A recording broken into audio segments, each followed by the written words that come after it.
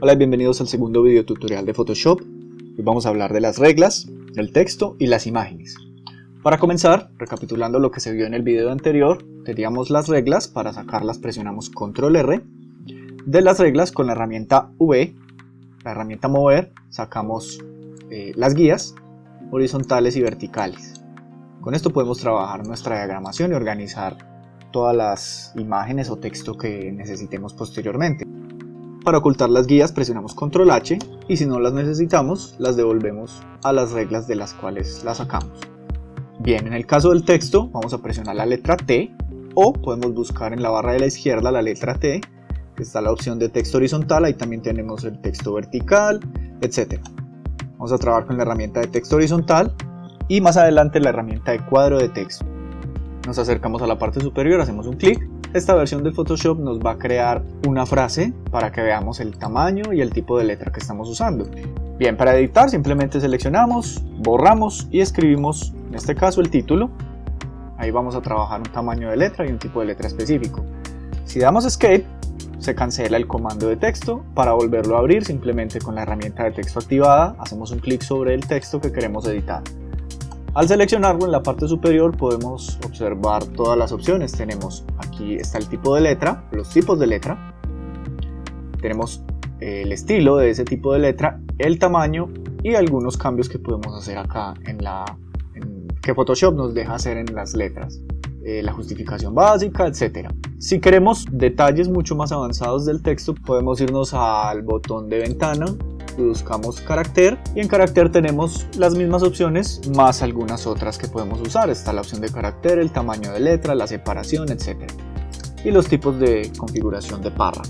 Bien, volviendo al texto, entonces seleccionamos, y un detalle importante a tener en cuenta con los títulos, con el tamaño de título, que es uno de los factores en los que más podemos fallar a la hora de nuestras presentaciones, es sobrepasar el tamaño o sobredimensionar el tamaño del texto.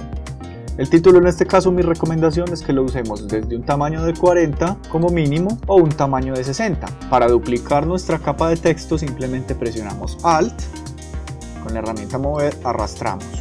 Así podemos duplicar los objetos fácilmente en Photoshop. Podemos ver que se nos crearon la capa de título original y la capa de título copia. También podemos usar nuestro tamaño de título hasta 60. Entonces podemos tener varios tamaños de nuestro título. Sugiero no sobrepasarlos, ya que la presentación va a tener demasiados elementos y el título aún así puede leerse. Recuerden que esto es un pliego.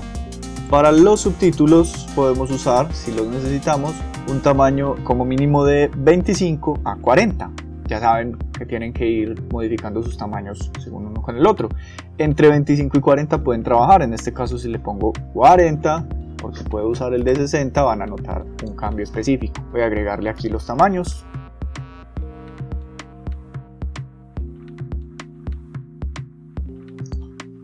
Ahora, en el caso del texto explicativo, de los párrafos, es necesario que usemos la herramienta de texto, pero vamos a hacer un clic sostenido cuando queramos escribir. De este modo se nos va a crear un cuadro de texto. Este cuadro de texto podemos editarlo y ampliarlo cuantas veces queramos. El tipo de fuente que estoy usando y la separación está demasiado grande, entonces vamos a arreglar todos esos detalles. Primero, vamos a seleccionar un tipo de letra que vaya acorde a lo que usamos al título. Puede ser el mismo tipo de letra, sin embargo, el tipo de letra que yo estoy usando para el título no tiene minúsculas. Para los textos explicativos voy a usar una fuente de mis favoritas que se llama Roboto. En este caso voy a usar Roboto Condensed, o puedo usar un Roboto Thin, o un Roboto Light, o un Roboto Black, la que ustedes deseen. Voy a usar Condensed. Y en el caso del tamaño del texto explicativo vamos a usar como mínimo 10 y como máximo 20. En este caso le voy a poner 10. Pueden notar que bajo demasiado, entonces podemos subirla hasta 15, etc.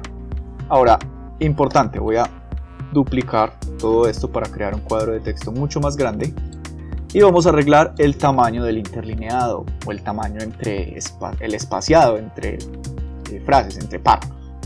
Seleccionamos nuestro texto, Control A, para seleccionarlo todo, nos vamos a carácter y aquí está el tamaño del texto en 15 y aquí sobre este borde, al lado derecho del texto, está el interlineado, que por defecto estaba en 90, o a veces por defecto sale automático. Este sería el tamaño automático.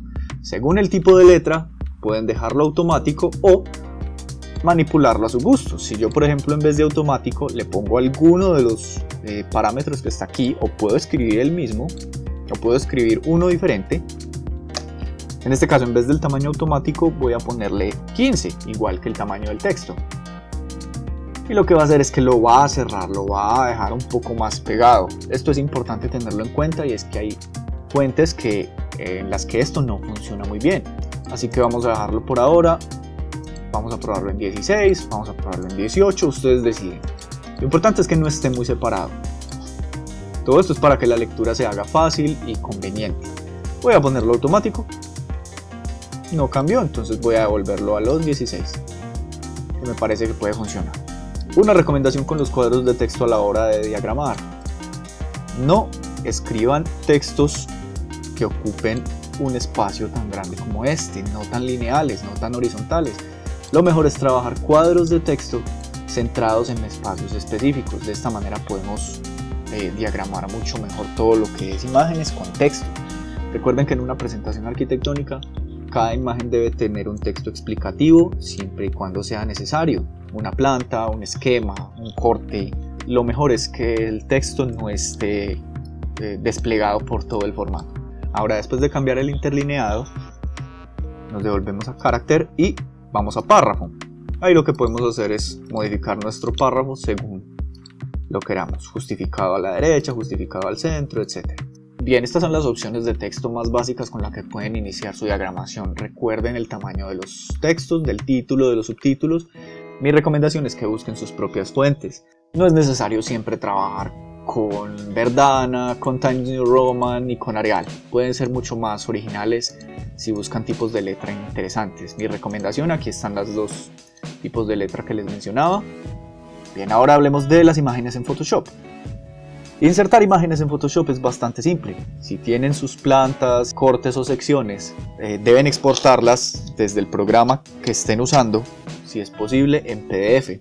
Ya sea Revit o ya sea AutoCAD o cualquier programa, lo mejor es que exporten esas plantas, fachadas, secciones, toda esa planimetría en PDF. Simplemente buscan la carpeta donde está la imagen o el archivo PDF, arrastramos nuestro PDF a Photoshop y nos va a mostrar esta ventana. No hay necesidad de decirle nada más, simplemente le doy OK y aquí va a quedar nuestra planimetría en PDF. Importante, cuando insertan una imagen PDF o una imagen PNG o una imagen JPG, siempre van a tener estos anclajes. Con estos anclajes se van a guiar porque pueden manipular el tamaño. Mi recomendación con la planimetría es que no lo hagan, porque si la planimetría se exportó en una escala específica, va a llegar en esa misma escala al Photoshop, así que pueden aprovechar mucho las escalas. En el canal hay un video donde explico muy específicamente cómo imprimir de CAD a PDF usando el método de layout. Les recomiendo que lo vean si no están muy seguros de cómo se trabaja. Si están de acuerdo cómo está su imagen, simplemente un Enter y va a pasar esto, y es que la imagen que tienen desde el CAD o que trajeron desde el PDF pues viene con unos calibres, viene con escala de grises, viene con unos calibres específicos que ustedes deben aplicar y podemos mejorarle muy fácilmente la calidad. Antes de continuar, una recomendación para todos, y es que todo lo que es texto lo podemos seleccionar presionando o Control o simplemente Shift y lo podemos meter sobre un grupo. Es necesario que tengamos grupos específicos de elementos que son texto, imágenes, planimetría. Todo esto para tener orden acá en las capas. Entonces, seleccionados todos los objetos de texto, voy a darle clic aquí al icono del grupo.